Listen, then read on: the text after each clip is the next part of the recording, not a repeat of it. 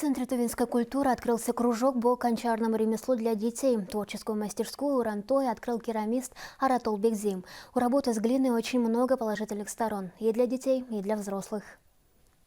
Керамист Аратол Бекзи родом из Чахоля, родился в маленьком селе Булунтерек. Его отец – резчик по дереву. С самого детства Аратол наблюдал за работой отца, как из простого пенька выходили различные предметы для быта. Я считаю, что мой отец сыграл большую роль в выборе моей будущей профессии. Я с самого детства смотрел, как отец сам делает кровать, сундуки, мебель и многое другое. Я с удовольствием наблюдал за его работой.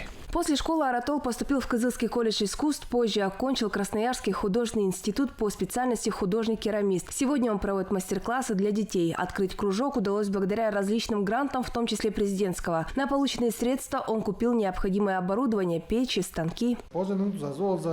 Я очень благодарен всем, кто мне помог открыть эту мастерскую. Сегодня я с удовольствием обучаю детей гончарному делу. В работе с ребятами глина – лучший материал, не вызывает аллергических реакций. Во время работы с глиной у детей за счет массажа на ладонях улучшается самочувствие, развивается мелкая моторика и многое другое. Аратол Бекзи для работы использует тувинскую глину. Предпочтение отдает глине из Мингунтаги, Лухема, Дзунхемчика и Пихема. Будущий мастер по гончарному делу мечтает расширить свое дело, в том числе и помещения, чтобы к нему на мастер-классы могли приходить больше людей, как взрослых, так и детей. Шине Мангуш, Камила Мангуш, Буян Сунду, Вести 2.